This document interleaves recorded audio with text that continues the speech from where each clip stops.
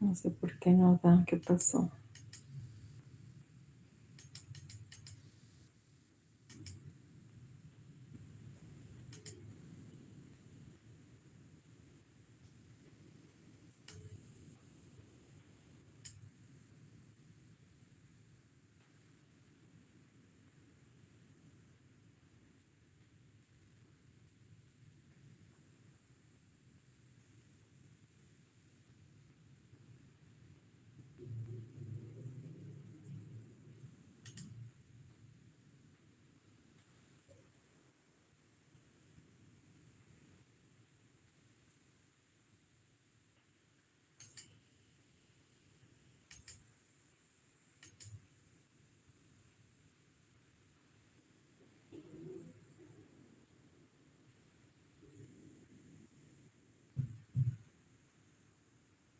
Ahí pueden ver.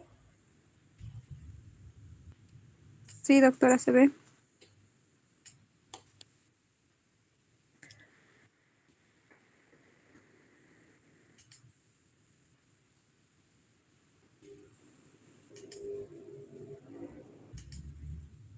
No puedo presentar, no sé qué pasó.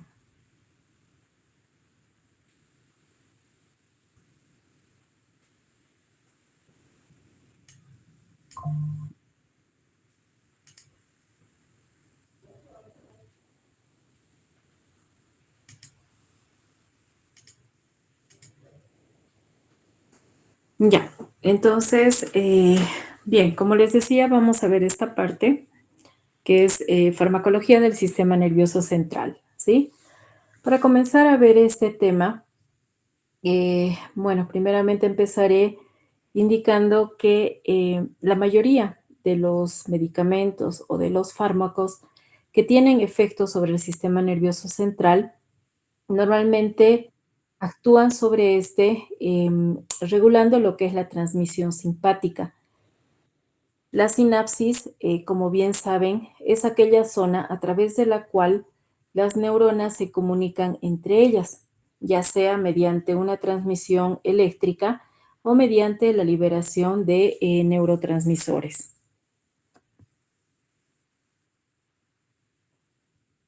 Bien, quieren ingresar.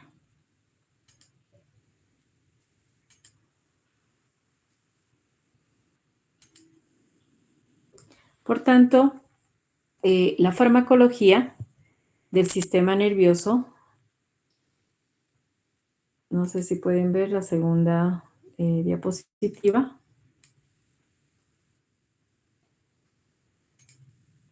Solamente pueden ver la primera. Sí, doctora, creo que sí ha colgado. Sí, doctora. No deja, ¿no? Bacana.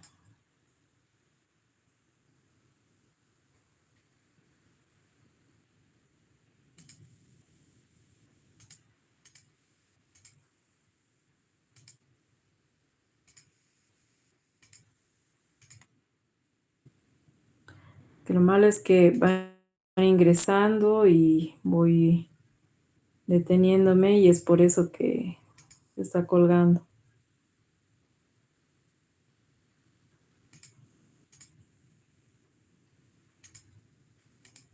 Ahí se ve. Sí, doctora. Sí, doctora. Ya, me dicen si es que en algún momento se detiene. ¿Ya? Bien, entonces, como pueden ver, existe el grupo de aquellos que, bueno, la farmacología del sistema nervioso central se clasifica en estos dos grupos que mencioné, los que son estimulantes nerviosos y los que son depresores. Como bien su nombre indica, aquellos estimulantes son aquellos que el mecanismo de acción es la despolarización celular. ¿Qué quiere decir? Que va a estimular de alguna manera al sistema nervioso central. Caso contrario, aquellos que son depresores lo que hacen es impedir esa despolarización principalmente por hiperpolarización. En este tema también vamos a ver diferentes términos, diferente terminología, como cuáles. Cuando hablamos de la anestesia general, Todos bien saben que anestesia es aquella acción o aquel medicamento que produce una acción de pérdida de sensibilidad, pérdida de la conciencia, de los reflejos, de la motricidad, ¿no? Y cuando se administra este medicamento, su acción puede ser reversible. La hipnosis es aquel medicamento o fármaco que puede causar sueño. La sedación es aquel medicamento que puede causar este efecto, esta acción, es decir, es un estado de disminución de la hiperexcitabilidad, donde el paciente normalmente tiene tendencia a dormirse y este va a desaparecer lo que es la ansiedad, ¿no? Que es considerado como un estado psicológico.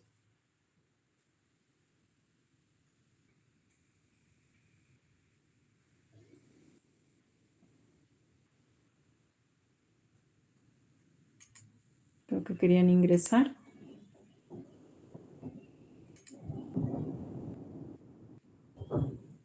Bien, yo creo que ya son los últimos, ¿no?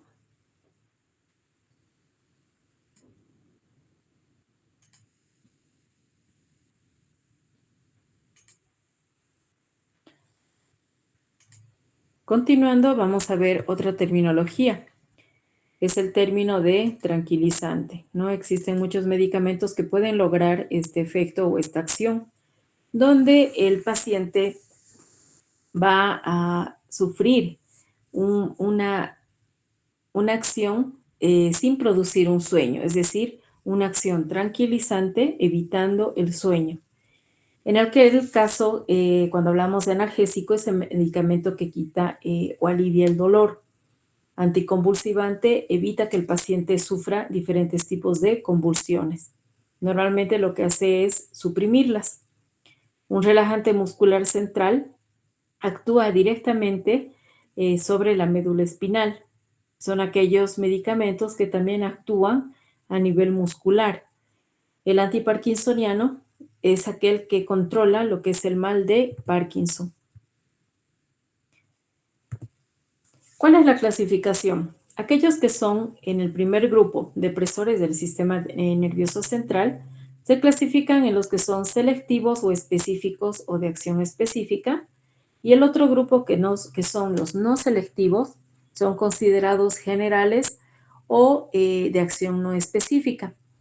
En el caso de los no selectivos, estos van a seguir una ley que se denomina la ley de la parálisis descendente de Jackson. Esta ley nos habla cuando existe una acción a nivel de la corteza en la parte superior, donde el paciente va a tener conciencia y no se va a relacionar con el medicamento, ¿no? Entonces, a eso se debe esta ley de la parálisis descendente de Jackson. Estos no selectivos deprimen en este orden. Primeramente deprimen lo que es la corteza cerebral, las áreas subcorticales, el hipotálamo, lo que es la médula espinal, el bulbo raquídeo, que comprende los centros respiratorio y cardiovascular y la protuberancia, ¿no? ¿Quiénes producen esta acción? Tenemos a los alcoholes alifáticos, el alcohol etílico, los anestésicos generales, los hipnóticos y sedantes nerviosos.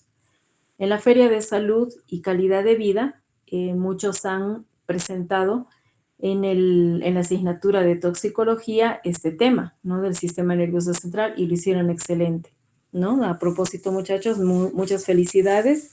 Realmente estuvo muy, muy bonito. Continuando con los medicamentos que son selectivos. Estos van a deprimir diferentes áreas. Primeramente lo que son los centros nerviosos, sin seguir lo que es la ley de Jackson, y van a estar combinados con receptores celulares. ¿Quiénes pertenecen a este grupo? Los antipsicóticos, que son considerados como tranquilizantes mayores, anticonvulsivantes, antiparkinsonianos, hipnoanalgésicos y lo que son los relajantes musculares centrales. Bien, veremos dentro de cada uno de estos grupos. Los no selectivos, tenemos el alcohol alifático o el alcohol etílico, Este se clasifica dependiendo de la fermentación del azúcar. Los líquidos que lo contienen son llamados bebidas alcohólicas y estas se pueden clasificar en dos. Las bebidas que son fermentadas o no destiladas, cuando aumentan el volumen, es decir, es el caso de la cerveza y el vino. Las destiladas o licores que tienen poca cantidad, como lo que es el coñac, el brandy o el whisky.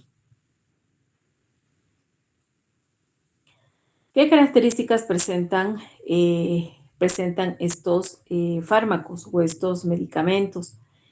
Los que son fermentados o no destiladas, estas no exceden el grado alcohólico de 20. En cambio, las destiladas o los licores sí lo pueden exceder, pueden llegar al 45 a 47 grado alcohólico. ¿Qué características presentan? Cuando hablamos de la farmacodinamia, estos producen un efecto característico. A nivel del sistema nervioso central producen lo que se denomina el periodo de Gadum. Este comprende cuatro periodos. ¿En qué consiste? Consiste en la concentración de alcohol que llega a la sangre, a la circulación. Por ejemplo, el periodo 1 se produce cuando llega a una concentración sanguínea de 1 miligramo por ml de sangre. En este caso puede haber diferentes tipos de alteraciones. Hay alteraciones a nivel de la corteza cerebral, donde se suprime lo que es esta misma corteza, la función de la corteza, disminuyendo lo que es la memoria, el juicio, hay pérdida de autocrítica, hay una asociación de ideas, exceso de confianza y pseudoexcitación. En el periodo 2, cuando aumenta a una concentración de 2 miligramos por ml de sangre, en este caso se deprimen los centros del tallo cerebral. El paciente sufre ya ebriedad manifiesta, incoordinación de palabra, hay incoordinación motora, los músculos aparentemente no funcionan, hay dificultad para ver y hay dificultad para hablar, ¿no? En el periodo 3, cuando se llega a 3 miligramos por ml de sangre, en este caso el paciente tiende a dormirse, tiene sueño profundo, sufre de inconsciencia, estupor y coma. En el periodo 4, cuando se llega a una concentración de 4 miligramos por ml de sangre, en este caso el pulso comienza a acelerarse, las pupilas se dilatan, puede llegar a haber un paro respiratorio y finalmente muerte. A nivel del sistema cardiovascular, cuando se administra el alcohol en pequeña cantidad, lo que hace es irritar la boca, puede producir un aumento de la presión sanguínea y de la frecuencia cardíaca y por tanto el paciente se torna rojo, ¿no? La cara se empieza a enrojecer. También cuando existe el caso de que los pacientes sean crónicos, de consumo crónico, puede llegar a producir lo que es la fibrosis cardíaca o hipertrofia y dilatación del músculo cardíaco, ¿no? Bueno, a nivel del sistema respiratorio, también depende de la cantidad que se administra. Dosis medianas de alcohol, el paciente tiende a estimular lo que es la respiración por excitación y también existe lo que es la acción refleja de las soluciones concentradas ingeridas. En cambio, en las dosis altas, cuando se llega ya al periodo 4 de Gadum, se deprime lo que es el centro respiratorio, siendo posiblemente la causa de muerte una intoxicación alcohólica aguda. A nivel del sistema gastrointestinal, también depende de la concentración que se administra. Una concentración del 10% aumenta o estimula la secreción de ácido. Esto porque se libera histamina y gastrina y esto van a provocar esta acción. Cuando se aumenta una concentración de 20%, se inhibe esta secreción de ácido. Y cuando ya llega a una concentración del 50%, este es el caso del coñac y del whisky, se produce una inhibición de la secreción gástrica. Hay irritación de la mucosa gástrica, se produce hiperemia, hipersecreción e inflamación de la mucosa, ¿no? Esto también puede llegar a producir espasmo pilórico. A nivel del hígado, ¿qué efecto va a producir el alcohol etílico? Este produce acciones tóxicas. A nivel del hígado puede llegar a producir hepatitis alcohólica aguda, hígado graso y la cirrosis del ENE, que puede llegar a ser irreversible. Se trata de cicatrizaciones a nivel del hígado. A nivel del riñón, ¿qué es lo que produce? Se inhibe lo que es la hormona antidiurética, se va a retener líquido, aumenta el volumen de agua y esto produce exceso de diuresis por gran consumo de volumen y probablemente por depresión del sistema supraóptico hipoficiario. Bien, a nivel del metabolismo puede causar disminución o aumento de azúcar en la sangre. Puede llegar a producir esta acción hiperglicemiante, ya sea por glucogenólisis, cuando se forma la glucosa a partir de glucógeno, o por gluconeogénesis, cuando se forma esta glucosa, pero a partir de proteínas. Y el efecto hipoglicemiante, cuando se estimula o aumenta la secreción de insulina. También puede llegar a afectar la temperatura corporal, puede llegar a bajar la temperatura en 0.5 grados centígrados. Todos sabemos que el alcohol puede llegar a ser teratogénico, lastimando al feto cuando una mujer embarazada lo consume. En este caso, esto puede llegar a causar un trastorno neurológico, donde la cabeza del niño es mucho más pequeña, acorde a la edad y el sexo, ¿no? También se puede llegar a producir una fisura palpebral, hipoplasia maxilar, una microsomía, cuando el cuerpo pequeño es pequeño en relación a lo demás, ¿no? Al resto de las proporciones. Y un retardo mental, así como malformaciones a nivel del corazón y del riñón. También sabemos que este alcohol etílico puede llegar a producir tolerancia, puede llegar a lo que es el coma a una persona abstemia, inducción por enzimas, se puede producir adaptación neuronal y también tolerancia cruzada con otro tipo de medicamentos, tales como los anestésicos generales. Bien, ¿cuál es la farmacocinética? El alcohol es liposoluble, que hemos dicho que cualquier sustancia cuando es liposoluble se absorbe, se distribuye, se elimina con mayor facilidad, ¿no? Entonces se absorbe por la boca, también se absorbe por el estómago y también por el intestino delgado. Su velocidad de absorción es proporcional o directamente proporcional a la concentración de alcohol e inversamente proporcional a la cantidad de alimento en el estómago, ¿no? Aparece en sangre a los 5 a 10 minutos después de haberlo ingerido y llega máximo a los 30 a 90 minutos. Puede llegar a desaparecer en 8 a 10 horas después. Se distribuye en todas las partes del cuerpo, depende de la proporción de grasa y agua que tenga la persona. Puede llegar a atravesar lo que es la barrera hematoencefálica y tiene dificultad de concentrarse a nivel del líquido cefalorraquídeo. Es 14% mayor su concentración en sangre. A su vez, puede llegar a atravesar lo que es la barrera placentaria, ¿no? Es por eso que está contraindicado su consumo en mujeres embarazadas. Cuando se biotransforma, esta se produce en 3 etapas. Primeramente, el alcohol etílico se transforma en lo que es el acetaldehído por una oxidasa, solamente unos minutos. Luego se transforma en lo que es el ácido acético o en lo que se conoce también como el acetilcoenzima A o acetato activo. Y finalmente lo que es el acetato activo, que se va a incorporar a lo que es el ciclo tricarboxílico de Krebs, ¿no?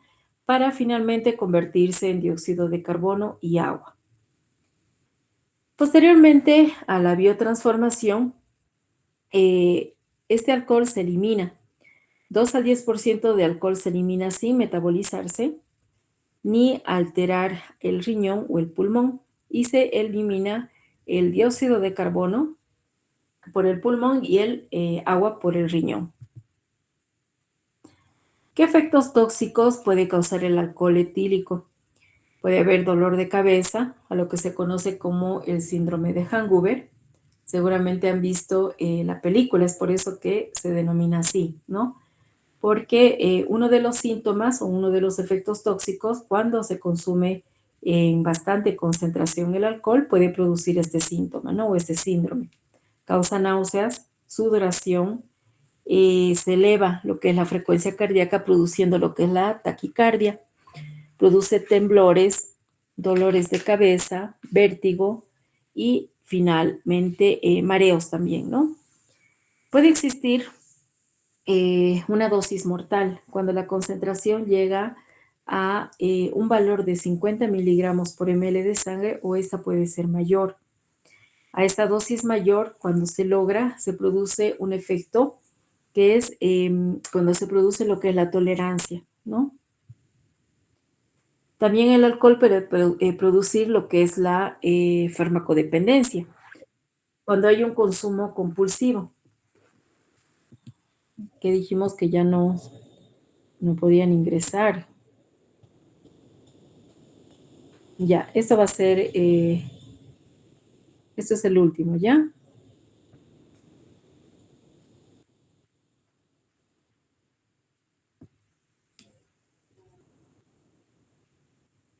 Entonces, el alcohol también puede producir farmacodependencia, donde existe lo que es la dependencia psíquica, da lugar a la dependencia física, ¿no? También, posteriormente a consumir este medicamento o este fármaco, se produce lo que hemos llamado, ¿no?, el síndrome de Hangover. Una vez que se termina de consumir este medicamento, se puede tratar posteriormente con agua o con bicarbonato, ¿no?, lo que se conoce como Alka-Seltzer. Viene también lo que se conoce como el síndrome de supresión o abstinencia, llamado también delirium tremens, ¿no? ¿A qué se conoce o a qué se debe este síndrome de abstinencia? Este síndrome es una serie de síntomas que pueden experimentar las personas que han tenido un problema de abuso de alcohol durante ya sea semanas, durante meses o durante años, cuando automáticamente dejan de beber. ¿Cuáles son los síntomas? Puede haber temblor, puede haber sudoración, ansiedad, irritabilidad, el paciente se deprime, hay fatiga, dolores de cabeza, difícilmente va a poder dormir, es decir, sufre de insomnio, sufre de pesadillas y disminución del apetito, ¿no? Entonces, a eso se denomina o a eso se considera este delirium tremens. Cuando hablamos del alcoholismo crónico, estamos hablando de todos aquellos mecanismos anteriores, aumentando lo que es la desnutrición, la muerte y lo que es la cirrosis alcohólica nutricional LENIC, ¿no?, que se conoce con ese nombre. ¿Con qué otros medicamentos interacciona el alcohol etílico? Puede producir sinergismo cuando se potencia su acción con los depresores centrales, o antagonismo cuando produce un efecto contrario, tales con la fenitoína y la warfarina. El efecto disulfirámico, o llamado también el efecto antabus. Este se va a producir cuando se administra también el alcohol con metronidazol o con clorpropamida, que es un hipoglicemiante. No es un buen tratamiento contra el alcoholismo, ¿no?, porque va a producir este efecto. Bien, hemos visto lo que es el alcohol etílico. Ahora vamos a hablar un poco de lo que es el alcohol metílico. Este también se conoce como metanol, o alcohol de madera. Se presenta como un líquido de baja densidad, puede ser inflamable, incoloro, es tóxico y que se emplea en algunas ocasiones como anticoagulante, es disolvente y combustible. En este caso, este alcohol está conformado con un solo carbono. Utiliza una enzima igual al alcohol etílico, donde transforma el formaldehído en ácido fórmico. Este ácido fórmico puede ser neurotóxico ya que ataca al nervio óptico. Su dosis mortal o letal es 60 centímetros cúbicos. ¿Cuál es el tratamiento por la intoxicación con alcohol metílico? El aumento de alcohol etílico, ya que compiten por la misma enzima. Bien, cuando hablamos del sulfiramo, disulfiramo o el abstenil, este es un compuesto sulforado de origen sintético. Tiene un efecto con el alcohol en el organismo, ya que puede ser útil para aquellas personas que son adictas al alcohol. ¿Qué efectos va a producir? Hablamos de lo que es el efecto antabús. Tales se presentan síntomas como náuseas, vómitos, vasodilatación cutánea, hay aumento de la frecuencia cardíaca, sudoración, hipotensión arterial e inconsciencia. Este efecto antabús sucede cuando hay interacción del etanol con otras sustancias, donde la absorción, distribución y excreción se basa en sus propiedades físico-químicas. Si bien el etanol es un compuesto soluble en agua, se puede absorber rápidamente por el tracto gastrointestinal. No es transportado por proteínas plasmáticas y se elimina a través del pulmón y del riñón.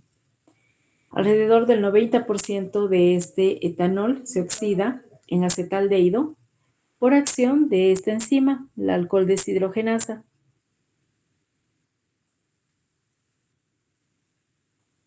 Otras enzimas hepáticas capaces de metabolizar el etanol a acetaldehído, aunque en ínfimas proporciones son las catalasas, y el sistema microsomal oxidante del etanol denominado MEOS. Tras la ingesta de etanol, las concentraciones de acetaldehído en sangre suelen ser moderadamente elevadas. Es por eso que aquí hablamos de lo que ya se mencionó, ¿no? Este síndrome aldehído, o llamado también síndrome antabús o el síndrome disulfirán, donde se ve que los síntomas pueden llegar a aumentar lo que es la frecuencia cardíaca, es decir, producen taquicardia, aumentan la presión arterial, producen taquipnea y síntomas de intoxicación enólica. Cuando se produce la taquipnea, estamos hablando de un aumento de la frecuencia respiratoria por encima de un valor normal, es decir, por encima de 20 inspiraciones por minuto. Este efecto antabús utiliza lo que es el nivel terapéutico en la deshabituación de pacientes alcohólicos con disulfirán. Cuando el paciente ingiere el alcohol, se produce enrojecimiento de la cara, congestión de la conjuntiva, dolor de cabeza, aumenta la frecuencia cardíaca, produce hipernea, que es un aumento en la cantidad del aire ventilado por unidad de tiempo, es decir, en relación a una respiración normal. A su vez, pueden haber síntomas como náuseas, vómitos, aumento de la presión arterial, vértigo y muchas veces desmayo. ¿Cuál es su mecanismo de acción? Cuando hablamos del disulfiramo, estamos hablando que existe inhibición del segundo paso o la segunda etapa en el metabolismo del alcohol. Cuando existe acumulación de acetaldehído, recién se va a observar lo que es estos efectos que anteriormente mencioné. ¿Cuál es la farmacocinética? La mayoría, el 90%, se absorbe a nivel del sistema gastrointestinal por ingestión. Se biotransforma en el hígado y se elimina a través de las heces y la orina. Puede llegar a producir diferentes trastornos. a nivel nervioso, produce cansancio, pérdida de fuerza, debilidad física, fatiga, posteriormente temblores, mareos, dolor de cabeza. El paciente sufre de somnolencia, impotencia sexual y debilidad generalizada. Trastornos digestivos como estreñimiento, lo contrario, diarrea y algunas veces hepatitis. Trastornos alérgicos como urticaria, erupción acneiforme, que es decir, una erupción muy similar a lo que es el acné, y trastornos a nivel del corazón, ¿no? Trastornos cardíacos. El disulfiramo normalmente cuando se lo administra se tiene que tener mucho cuidado en aquellos pacientes que padecen insuficiencia cardíaca congestiva, enfermedad coronaria, en el embarazo, en la cirrosis hepática, psicosis y epilepsia. Puede interaccionar con otros medicamentos, como la fenitoína, que es considerada como anticonvulsivante, y la warfarina como anticoagulante sintético. Además, potencia su acción con el metronidazol, que puede ser considerado como antibiótico y antiparasitario, y la clorpropamida, que es un antidiabético.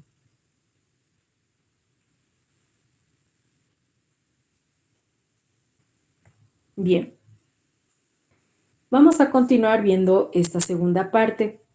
Cuando hablamos de anestésicos, vamos a hablar que existen dos tipos de anestésicos, ¿no? Por inhalación e intravenosos. Primeramente veremos qué es la anestesia general o llamada también narcosis, cuando se produce este estado reversible de depresión del sistema nervioso central, donde existe una pérdida de la sensibilidad y de la conciencia, así también como la actividad refleja y la motilidad. Estas drogas que producen estos efectos se denominan anestésicos generales. Por tanto, la anestesia general puede producirse ya sea por inhalación o por vía intravenosa. Por inhalación, como su nombre lo indica, cuando se inhalan anestésicos volátiles, líquidos como el alotano o gases anestésicos como el óxido nitroso.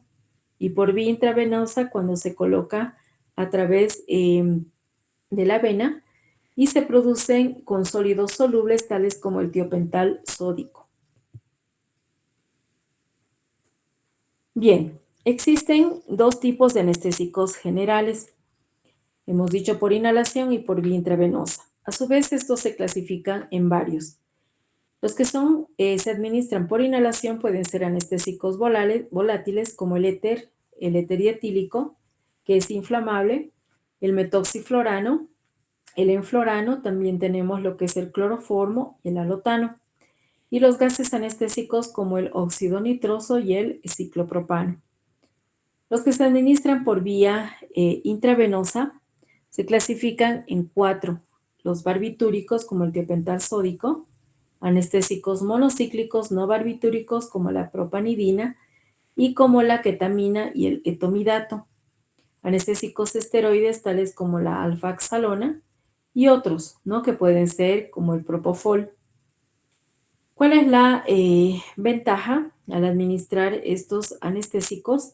Es que tienen un efecto rápido y corto, ¿no? Los que se administran por vía intravenosa. Cuando hablamos de la anestesia general, estamos hablando de un periodo que comprende en sí 4 periodos. ¿Cuáles son? El periodo, que es el periodo de la analgesia, el segundo periodo, que es de excitación o delirio, luego tenemos la anestesia quirúrgica y la parálisis vulvar. ¿En qué consisten estos 4 periodos? El periodo 1, el periodo de la analgesia, corresponde a una acción del anestésico a nivel de los centros corticales superiores.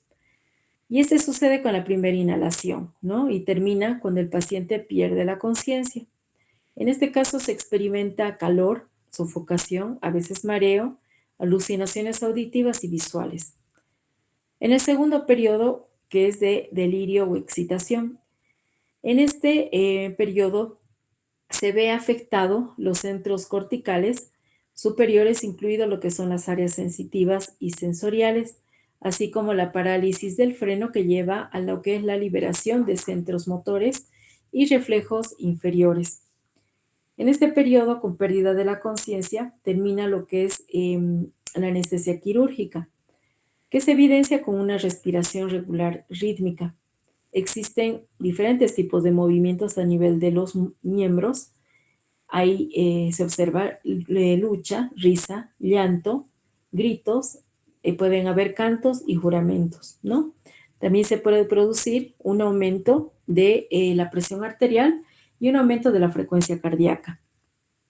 En el tercer periodo, la anestesia quirúrgica, este se ve afectado o corresponde a depresión de centros del tallo cerebral y de la médula espinal.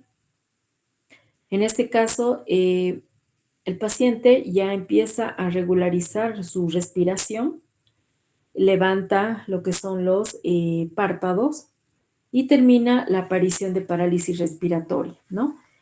El paciente ya se siente más tranquilo, los reflejos desaparecen, pierde totalmente la sensibilidad, la temperatura desciende y pues, esto se debe a lo que a la depresión del centro termorregulador.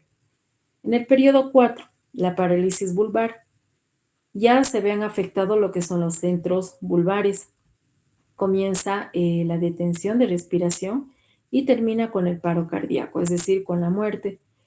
En este caso, el centro vulvar es más sensible que lo que es el centro respiratorio, mientras que el centro vasomotor se afecta luego, ¿no? Aquí se ve la pupila dilatada, no hay reflejos superficiales y profundos, el tono muscular está abolido y el pulso rápidamente empieza a desaparecer. Bien, cuando hablamos de estos anestésicos, hablamos de que tienen diferentes mecanismos de acción. Por eso existen 3 teorías referente a este mecanismo. Primeramente, la teoría de los lípidos. Esta teoría explica por qué los anestésicos generales se acumulan en el tejido nervioso rico en lípidos, ya que los mismos existen en la membrana celular. Las drogas liposolubles por eso tienen más fácil acceso a esta membrana y a la célula nerviosa. En la teoría del potencial químico o termodinámico, indica que los anestésicos actúan por mecanismo físico-químico en forma no específica común para ellos. Y finalmente la teoría de los microcristales o llamados también clatratos, que es una sustancia que se forma de un determinado tipo de molécula, la cual atrapan y retiene un segundo tipo diferente de molécula con el agua celular, ¿no? Esto va a dar lugar a modificaciones eléctricas a nivel de la sinapsis y alteraciones enzimáticas que son responsables de esta anestesia general. En el caso de los anestésicos por inhalación, tenemos los anestésicos volátiles. ¿Cuáles son los factores químicos? Estos pueden presentar lo que son los grupos etilo, cuando aumenta la potencia, y la presencia de grupos cloro, cuando también pueden llegar a aumentar la potencia, ¿no? Entonces, estos pueden llegar a producir cardiotoxicidad y hepatotoxicidad. En cambio, los que presentan grupos flúor también aumentan la potencia y tenemos a lo que son el metoxiflorano y enflorano. Estos disminuyen la cardiotoxicidad y la hepatotoxicidad. En general, como pueden ver, todos estos son cardiotóxicos y hepatotóxicos, ¿no? Entonces, por eso hay que tener mucho cuidado cuando se los administra. A nivel del sistema nervioso central, pueden llegar a producir lo que se denomina el periodo, la fase de inducción, que es de 15 a 20 minutos en el caso del éter y más lento para el metoxiflorano, ¿no? En cambio, es más rápido para el alotano y enflorano, que es de 2 a 7 minutos. La recuperación de la anestesia es prolongada, dura de 1 a 2 horas para el éter, donde el paciente siente posteriormente náuseas y vómitos. Es bastante lenta con el metoxiflorano y en cambio es corta de 5 a 10 minutos, ¿no? Para el alotano y el enflorano. Aquí ya el paciente sufre diferentes tipos de molestias y euforia en caso de cuando se administra el alotano. A nivel del sistema cardiovascular pueden llegar a, son depresores depresores cardíacos, ya que llegan a disminuir la presión arterial y aumentar la frecuencia cardíaca.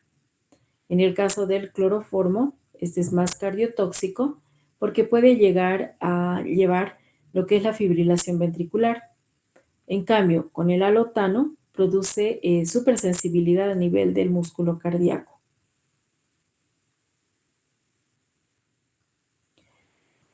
A nivel del sistema nervioso, a nivel del sistema respiratorio, perdón, los anestésicos pueden deprimir lo que es la respiración. Aumenta la secreción bronquial, aumenta la salivación, en el caso del éter y el cloroformo. Cuando se administra lo que es el alotano, el metoxiflorano y el enflorano, no son irritantes locales y por tanto no aumentan las secreciones ni bronquial ni salival. El alotano es considerado broncodilatador, por tanto se lo utiliza en el caso de pacientes asmáticos, y el enflorano broncoconstrictor, por eso está contraindicado en aquellos pacientes, ¿no?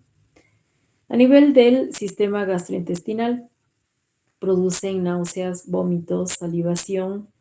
La actividad gastrointestinal es deprimida por estos anestésicos, especialmente el éter, ya que puede producir lo que es el ilio paralítico postoperatorio, ¿no? En ese caso se afecta lo que es el intestino delgado, recuperando recién su movilidad o motilidad a las 48 horas, ¿no? De haber sido administrado este anestésico. A nivel del hígado, pueden llegar a lastimar o afectar lo que es el hígado. El cloroformo, por su contenido halogenado, es hepatotóxico. Puede aparecer vómitos, ictericia y el paciente sufre postración, coma y finalmente muerte por necrosis hepática. El éter escasamente es hepatotóxico en comparación con los hidrocarburos halogenados.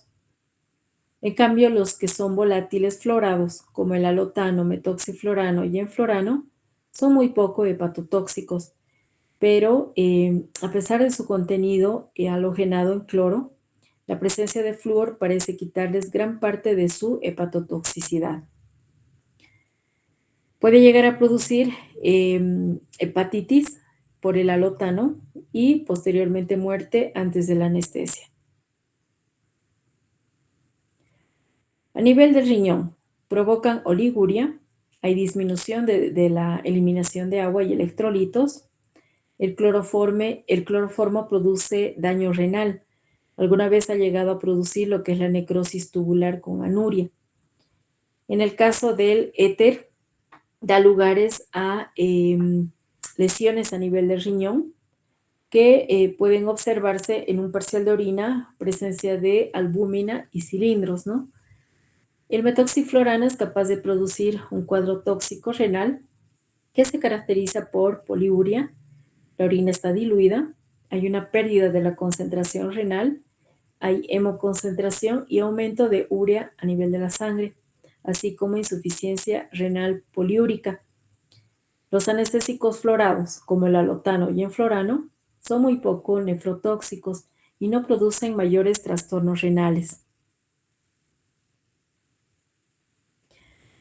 A nivel del metabolismo, pueden provocar hiperglucemia en mayor o menor grado, sobre todo con el éter, poco con el alotano, el metoxiflorano y el enflorano.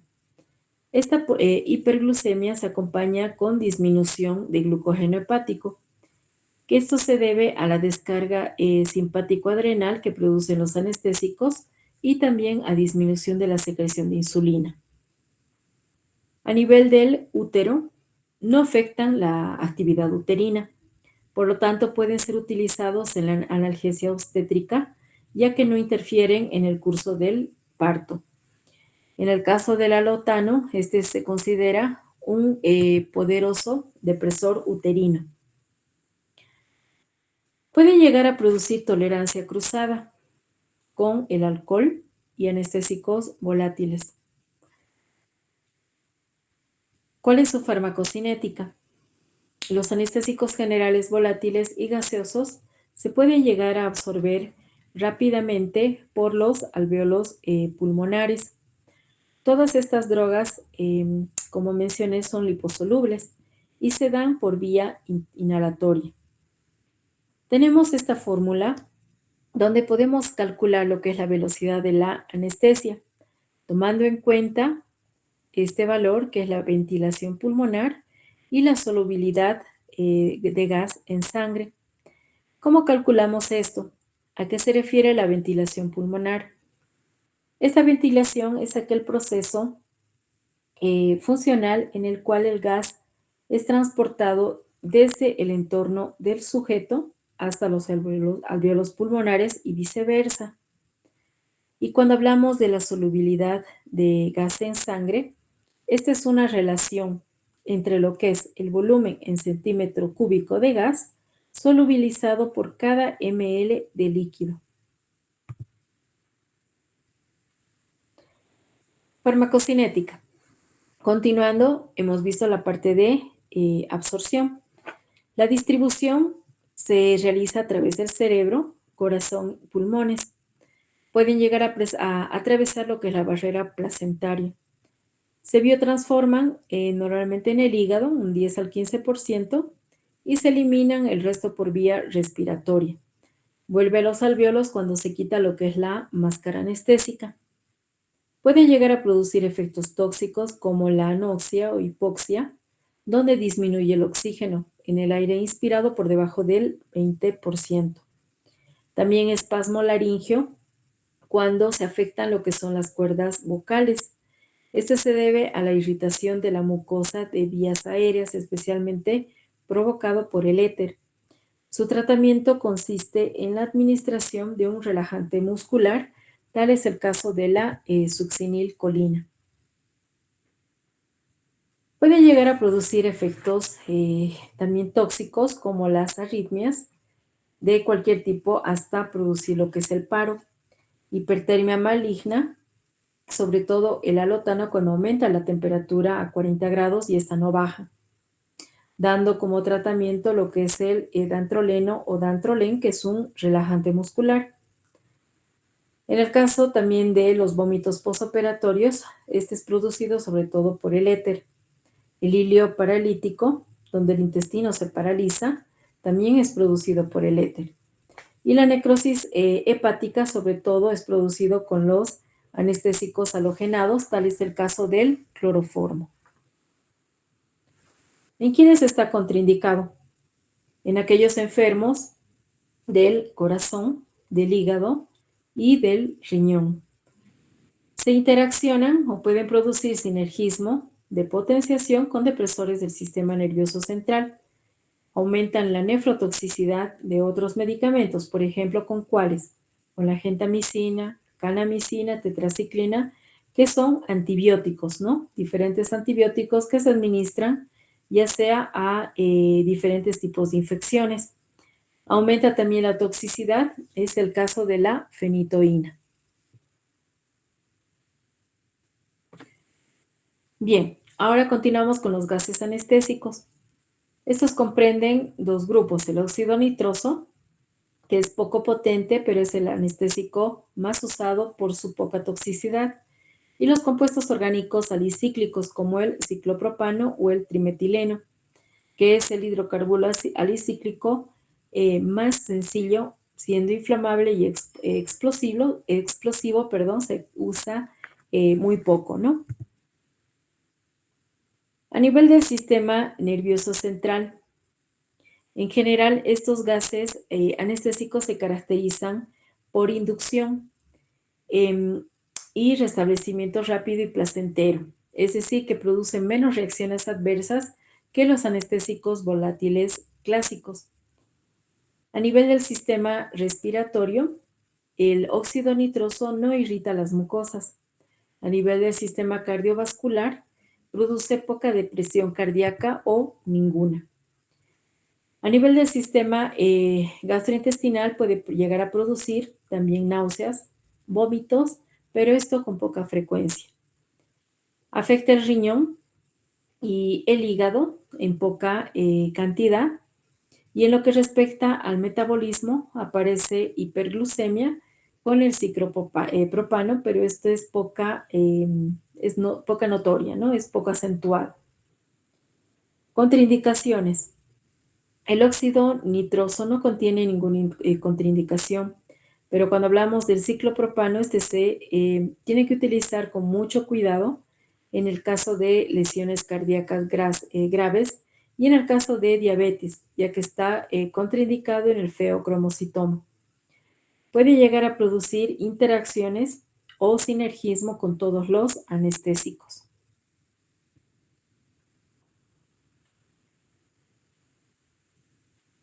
Bien, de este grupo, que son los anestésicos monocíclicos no barbitúricos, estos son los que se administran por vía intravenosa.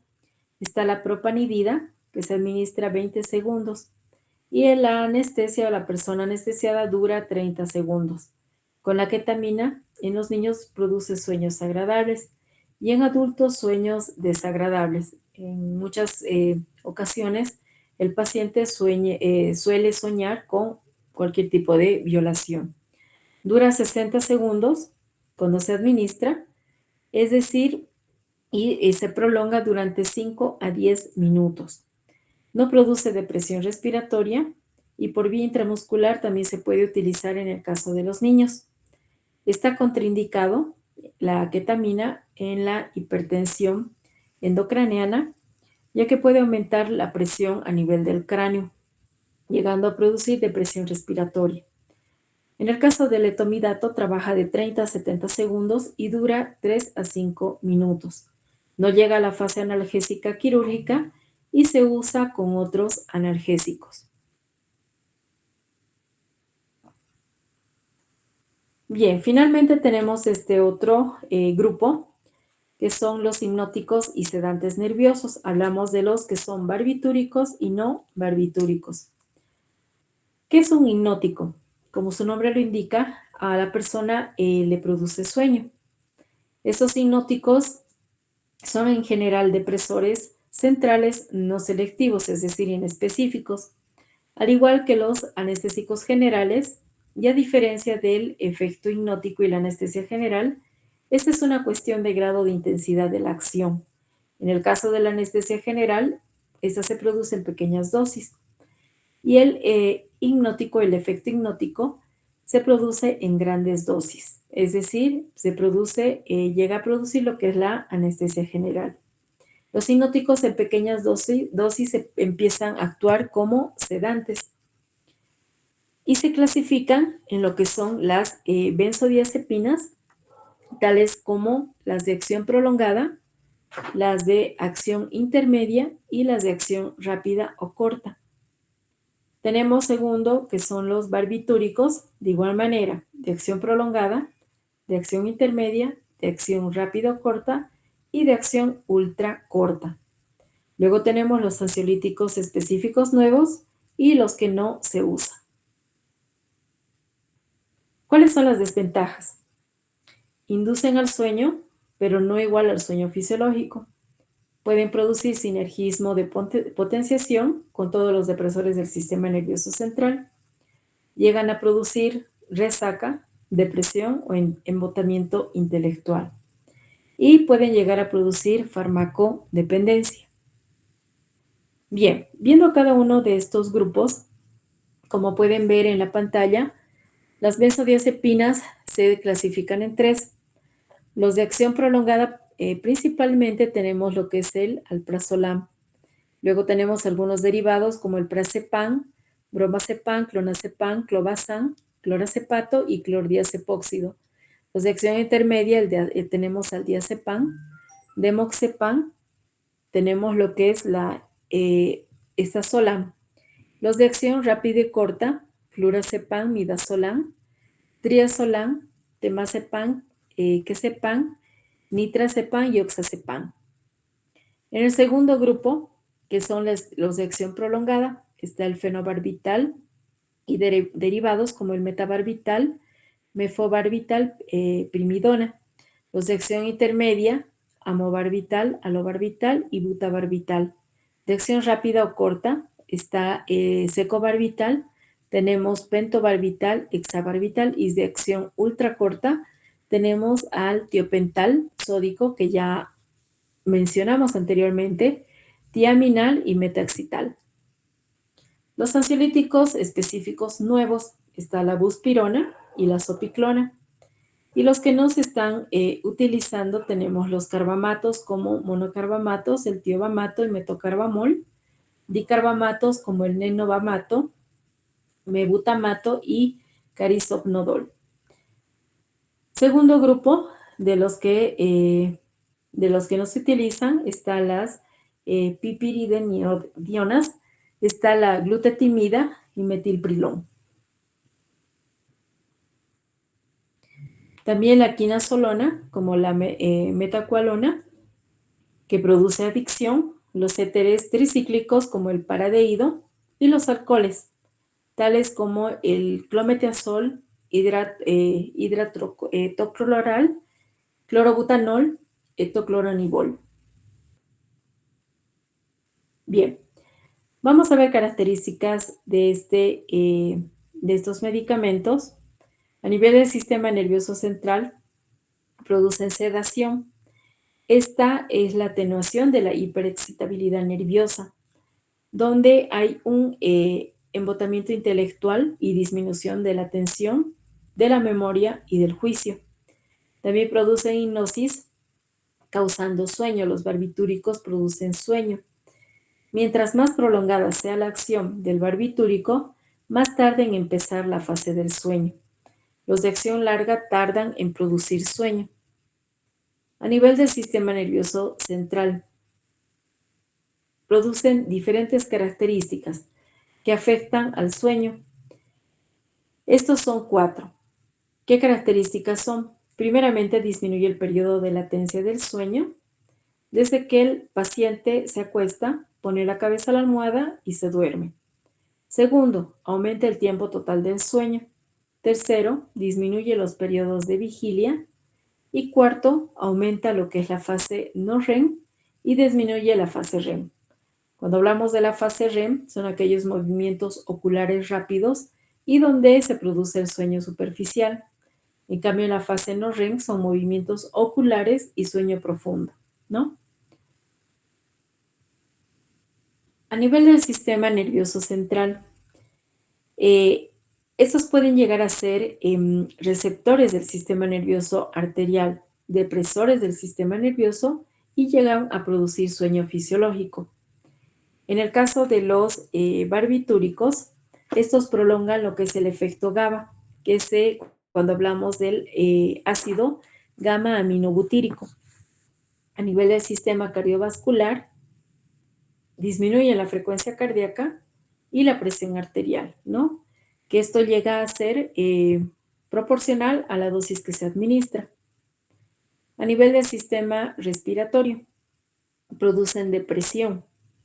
Esto es grave porque pueden llegar a producir suicidios y mueren por este efecto, ¿no? También es proporcional a la dosis. Puede llegar a afectar el riñón, aumentando la secreción de vasopresina. A nivel del metabolismo, estas dosis provocan disminución, estas dosis sedantes disminuyen lo que es el metabolismo basal por sedación y por sueño. En cambio, durante la anestesia general, lo que pasa es que el metabolismo desciende, se produce un descenso de la temperatura corporal y desciende hasta producir una hipotermia, ¿no? Cuando hay intoxicación barbitúrica. A nivel del útero, estos no modifican la actividad uterina, pero durante la anestesia general profunda y con dosis tóxica puede llegar a producir contracciones uterinas del parto, por tanto disminuye la actividad uterina. Pueden llegar a producir la tolerancia. Esta puede ser una tolerancia cruzada en todos los depresores del sistema nervioso por 2 mecanismos, por inducción enzimática aumentando los reticulocitos hepáticos y por adaptación neuronal. ¿Cuáles son los reticulocitos? Si ustedes recuerdan, son glóbulos rojos ligeramente inmaduros. En el caso de la adaptación neuronal, estamos hablando de un proceso por el que los sistemas neuronales ajustan sus respuestas de acuerdo a los estímulos recientes. Bien, cuando hablamos de absorción, la farmacocinética, estos se pueden absorber rápidamente por cualquier vía. No se debe usar la vía subcutánea ni la intramuscular porque pueden llegar a ser irritantes. Son ácidos, excepto el fenobarbital. Son liposolubles, por tanto, se distribuyen rápidamente en tejidos y en el cerebro. Atraviesan la placenta y se distribuyen rápidamente, ¿no? Se biotransforman en el hígado, producen inducción enzimática que también se puede metabolizar en el riñón y se metabolizan los de acción prolongada. Se eliminan a través del riñón, se reabsorben por los túbulos. Los de acción prolongada se eliminan lentamente y estos producen lo que se conoce como el fenómeno de acumulación. Una dosis de barbitúricos de acción prolongada puede eliminar el 80% y el resto se va acumulando, ¿no? Pueden llegar a producir diferentes efectos tóxicos. Pueden llegar a producir intoxicación aguda e intoxicación crónica. En el caso de la intoxicación aguda, producen síntomas como el coma barbitúrico a una dosis letal de fenobarbital de 4 a 6 gramos, una dosis letal de secobarbital de 5 a 10 gramos, muerte por depresión respiratoria, disminución de la presión arterial, anuria, donde el paciente deja de orinar. Y cuando hablamos de una intoxicación crónica, produce somnolencia, alteraciones en la memoria, alucinaciones, vértigo, ataxia, es decir, cuando hay incoordinación en los movimientos o descoordinación. Se produce nistagmus cuando hay movimiento rápido de los ojos. El paciente sufre de estreñimiento, alergia, anorexia, ataque agudo de porfiria cuando hay eliminación urinaria abundante de porfirinas. Cuando hablamos de una porfirina, estamos hablando de aquel sector donde se almacena el hierro de glóbulos rojos, de los glóbulos rojos. Estos son responsables del transporte de oxígeno en el organismo. La producción de porfirina ocasiona diferentes síntomas a nivel del sistema nervioso central y a nivel de la piel. Existen desencadenantes de ataque, que son drogas como el alcohol. Pueden ser químicos, así también cuando hablamos de dietas o de la luz solar. Está contraindicado en el caso de que el paciente sufre insuficiencia renal hepática, en la porfiria y en los trastornos respiratorios. Interacciona con los depresores del sistema nervioso central produciendo sinergismo, potenciación, antagoniza con la acción de estos medicamentos cuando se los administra con fenitoína, que es considerada como un antiepiléptico, los antidepresivos tricíclicos, beta estimulantes, los esteroides, anticoagulantes orales, la fenilbutazona, que es considerado como un antirreumático o antiinflamatorio, y la tetraciclina, que es un antibiótico, ¿no? ¿En qué casos se utilizan? En la ansiedad e insomnio, en el caso de la anestesia, en convulsiones para producir inducción enzimática en bebés, también se puede utilizar lo que es el fenobarbital. Este otro grupo, que son las benzodiazepinas hipnóticas. Estos son medicamentos sintéticos que pueden producir acciones a nivel del sistema nervioso central, produciendo sueño, sedación, disminuye menos la fase REM que los barbitúricos, no produce analgesia y algunos son anticonvulsivantes como el diazepam y el clonazepam. También a nivel de, son relajantes musculares como el diazepam y tetrazepam y pueden llegar a producir resaca o embotamiento intelectual o llamado también hangover. A nivel del sistema respiratorio, no producen depresión respiratoria, no matan excepto en aquellos enfermos del sistema respiratorio, ¿no? Que tienen algún tipo de insuficiencia respiratoria. Tienen como mecanismo de acción facilitando el efecto GABA, donde se abren los canales de cloro. ¿Cuál es la farmacocinética? Por vía intramuscular no sirve ya que es irregular, tienen una mejor absorción por otras vías. Se distribuyen a través de la barrera fetoplacentaria, se biotransforman a nivel del hígado y se eliminan a través de la orina la mayor parte y por las heces el resto, ¿no? Bien, aquí estábamos hablando de este efecto GABA. Cuando hablamos del efecto GABA, estamos hablando de un neurotransmisor o inhibidor del sistema nervioso central. Este ácido gamma-aminobutírico regula lo que es la excitabilidad de muchas neuronas a nivel del cerebro. Este GABA se encuentra sobre todo en el cerebro, pero su mayor concentración está en el cerebelo. Bien, ¿qué efectos tóxicos pueden llegar a producir? Su toxicidad es poca, casi nula en diferentes o en pocas ocasiones. Esta sobredosis puede llegar a matar. Produce poca depresión respiratoria, también fenómenos paradojales, es decir, en vez de dormir el paciente tiene insomnio, en vez de sedación tiene excitación. Puede llegar a producir diferentes convulsiones y en enfermos respiratorios puede llegar a ser grave, ¿no? Aquí hablamos de lo que es la idiosincrasia, que es una respuesta diferente a lo esperado en la dosis usual y puede llegar a ser mediado genéticamente.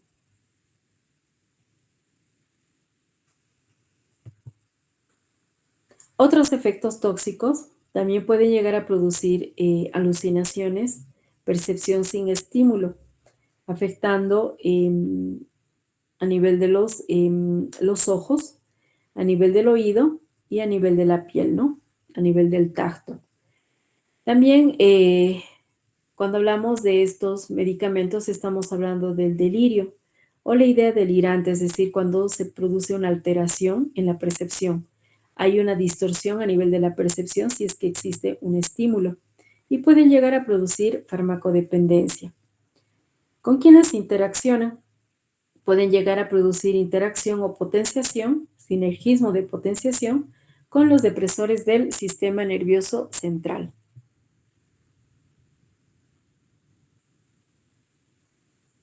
Bien, bien muchachos, vamos a avanzar hasta aquí. Como bien les dije, este tema es bastante amplio. Primeramente hablamos de lo que son los depresores del sistema nervioso central y voy a ver si vamos a continuar viendo lo que son los estimulantes del sistema nervioso central, ¿sí? Tampoco quiero darles mucho temario para el tercer parcial, ¿no? De todas maneras, yo creo que voy a avanzar en 2 temas más para que entre a lo que es el tercer parcial, ¿no? La idea era que avance 4 temas más, pero el temario va a ser muy largo. ¿O están de acuerdo? No, doctor, está bien lo que ha dicho primero. ¿Por qué? Los otros temas son bonitos, ¿no? Alejandro.